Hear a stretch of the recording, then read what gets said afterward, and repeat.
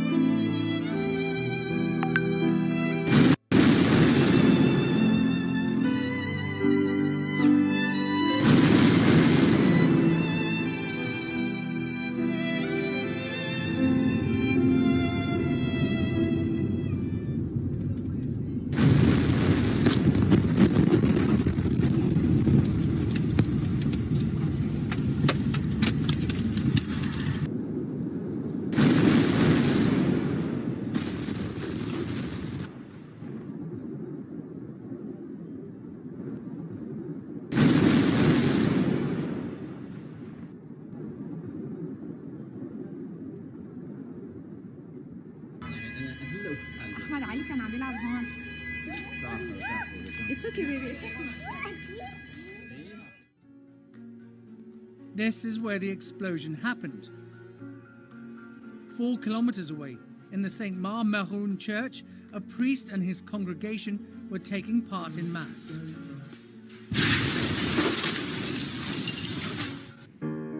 A night of horror in Beirut, with sirens blaring into the next morning.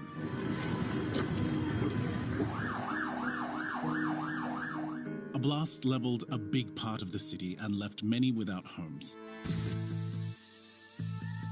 At around 6 p.m. on Tuesday, a massive explosion at Beirut's port shook the Lebanese capital, leaving dozens dead and thousands injured, according to initial reports. The explosion was so strong that it was felt in the island of Cyprus, around 240 kilometers away. While people were filming the initial explosion at the port, which appeared to many as a distant fire, a much larger explosion followed, leaving many in shock. Lebanon's Prime Minister Hassan Diab said that an investigation into the blast would focus on an estimated 2,750 tons of ammonium nitrate stored at a warehouse in Beirut port, where it had remained for 6 years. The Jordanian Seismological Observatory said the Beirut explosion was equivalent to a magnitude 4.5 earthquake on the Richter scale.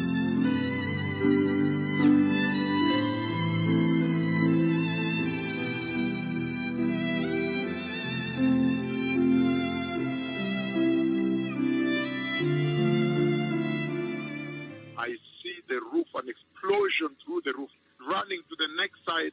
Then there was an explosion over the roof. Ooh, a huge explosion over the roof of this building in this complex. An explosion.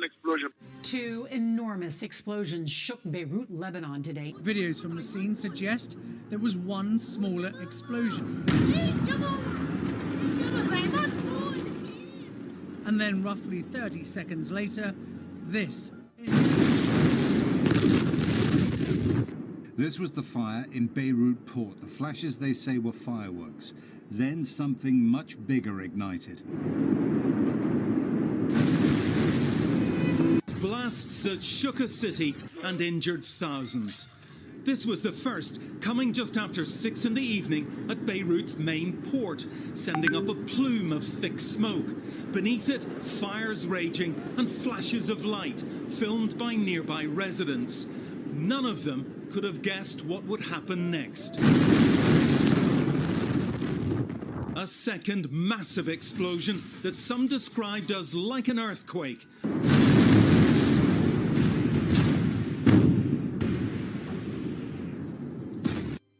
I see a very huge explosion.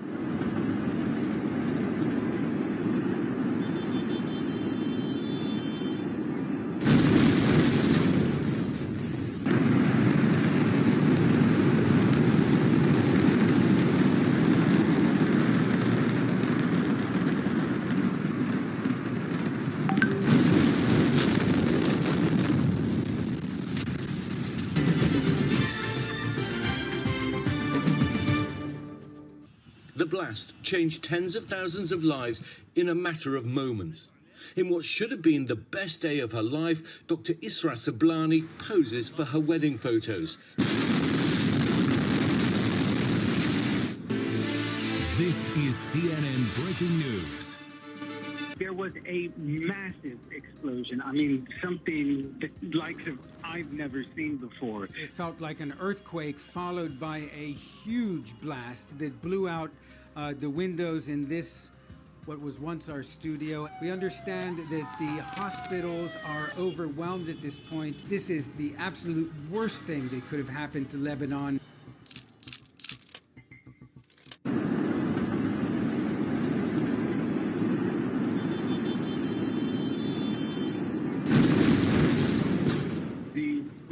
Of the CNN Bureau have been completely blown out. If I'm looking at the buildings all around me, many windows are also smashed. There's lots of glass and other debris in the street. There is still smoke rising from the port, and there was an odd red cloud hanging over the downtown district of Beirut. Well, this explosion took place in the port area. It was preceded by some sort of fire. It appears in a warehouse, which, according to the official Lebanese National News Agency, contained fireworks. But what we felt, and in this building, this is where CNN's office used to be, it felt like an earthquake followed by a huge blast that blew out the windows in this, what was once our studio, and the window frames as well. Just panning the camera around, you can get an idea of the level of damage that happened. And this damage, of course, is duplicated throughout much of central Beirut. And in fact, I just got off the phone with a friend here in Beirut who said throughout the entire time she's lived here, through the civil war, never has she experienced and felt an explosion this large. And the same goes for me. I've been through wars here, civil wars, nothing along the lines of this explosion. Initially, I thought it was an earthquake. I thought that's what it was, but of course it was followed by this massive explosion which blew out the windows in this room, the windows next to us, our front glass doors, our neighbors. Every building has lost its windows, the frames blown out. Just after 6 p.m. local time on Tuesday, the 4th of August.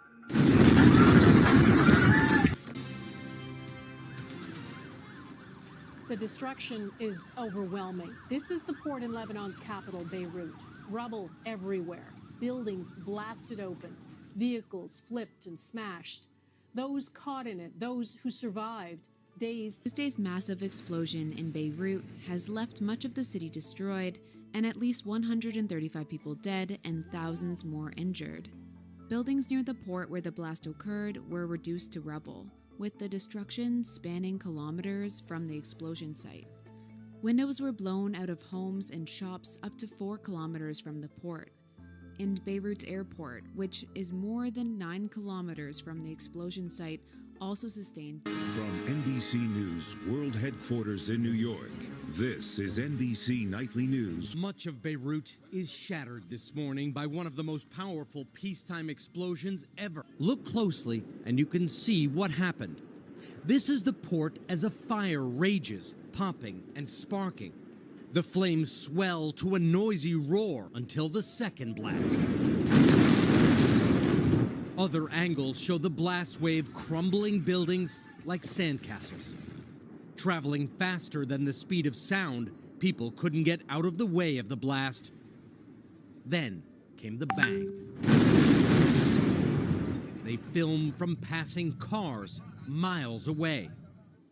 A mushroom cloud hung over Beirut. It's like an earthquake. I couldn't even take my breath. The governor rushed to the scene and broke down, saying it reminded him of Hiroshima. The shockwave barreled through shops. The footage, the pictures that you see on media is nothing compared to what's the situation is in Lebanon. What's reality is. It's doomed, it's ruined, it's damaged, it's broken. Every single house in Beirut, it's ruined within 30 seconds. The damage is more than what people see on the media outside Lebanon. Beirut is down. Beirut is gone. People are dead. George Faroun has come with a friend to see what they can salvage from the remains of his parents' apartment, which looked directly onto Beirut's port. Tuesday's blast turned it into a moonscape, a panorama of utter destruction. Dried blood marks the spot where his mother was resting in bed when the explosion sent a wall slamming on top of her. Look what happened. It's still so hard to wrap your mind around the enormity, the size of this blast. You can see a ship over there blown onto its side, and this massive area right here, this is where the storage unit housing that ammonium nitrate once stood. But this has largely shifted from being a search and rescue operation to one of recovery and cleanup at this stage. There were entire structures, buildings. There was a duty-free over there. All of it has been completely and utterly wiped out. The force of the blast spat out the contents of storage containers and then largely buried them under the rubble. This is ground zero underneath this pile of destroyed grain. That they are standing on one of the columns of the silo that contained the country's grain supplies. Because of this destruction caused by the explosion, that means that the country has less than a month's supply of grain. But apart from the food insecurity problems, I'd like to just turn you around and maybe take you over here and show you a bit of the level of destruction. All that is the city of Beirut, if you like, and all those buildings that you can see in front of you are pretty much all damaged. They've all suffered terribly insecure and may have to be levelled or certainly restored in some way. Huge impact on the Lebanese economy, and one which the Lebanese economy minister was saying earlier today they simply can't recover from this. First there was a fire, a huge column of smoke rising from Beirut's port. Then a massive explosion. The force of the blast was so strong, its shockwaves blew out glass and tore buildings across the city, ripping balconies off onto the streets, even registering on US seismographs used to measure earthquakes. At least 100 people are confirmed dead, thousands are injured. The city's wounded in desperate need of care, looking to St. George's Hospital, but its medics can't enter the building since it is on the verge of collapse. They lost 4 nurses themselves. The sun rose Wednesday morning, revealing the devastating scene at Beirut's port. The explosion linked to 2,750 tons of ammonium nitrate stored unsafely in a warehouse, the same material as the Oklahoma City bombing in 1995, but reportedly 1,000 times stronger. Officials aren't commenting on the cause of the explosion.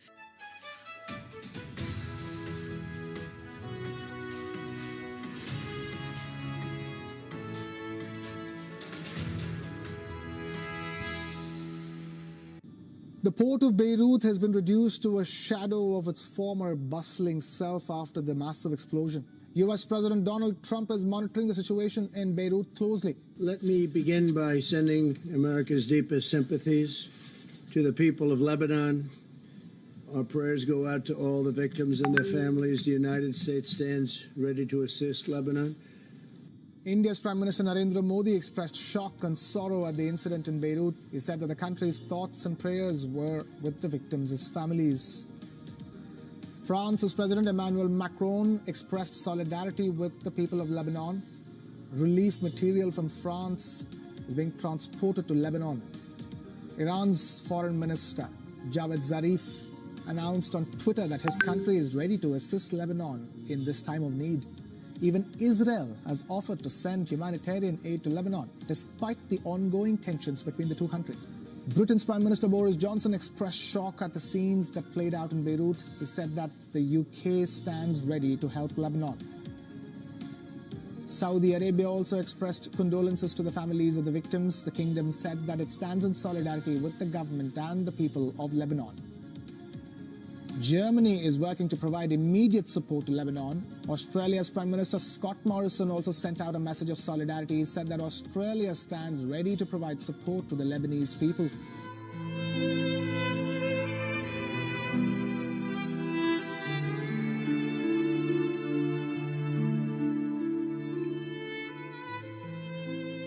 Lebanese government has stood down following last Tuesday's catastrophic explosion in Beirut.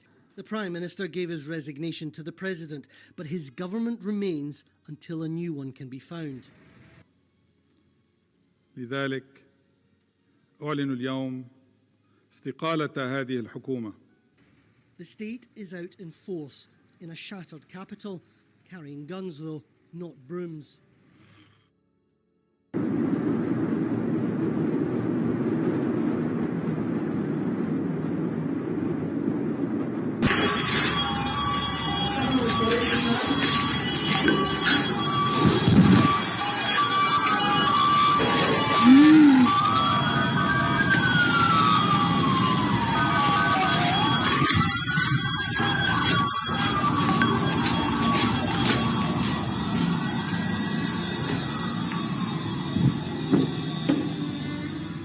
And when these things come to pass, you shall know that surely indeed the Messiah is coming.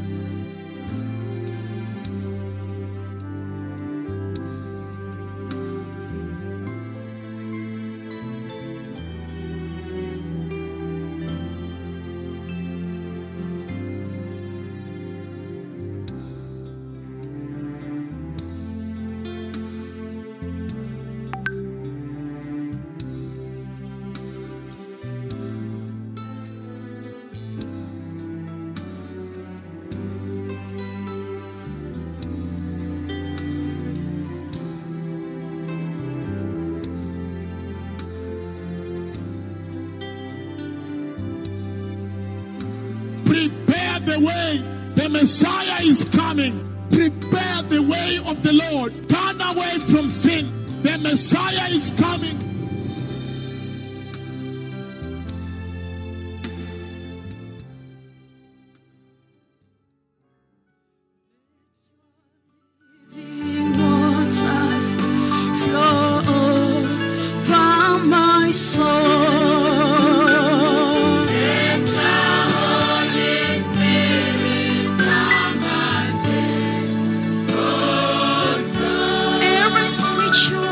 Every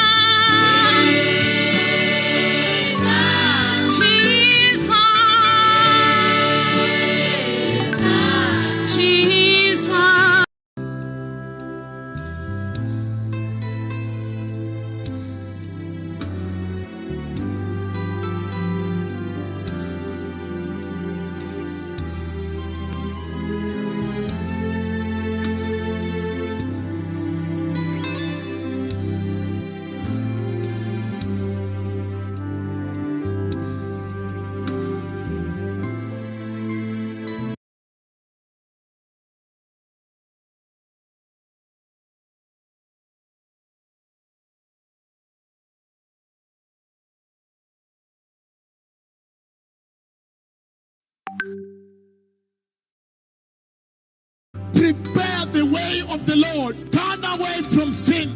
The Messiah is coming.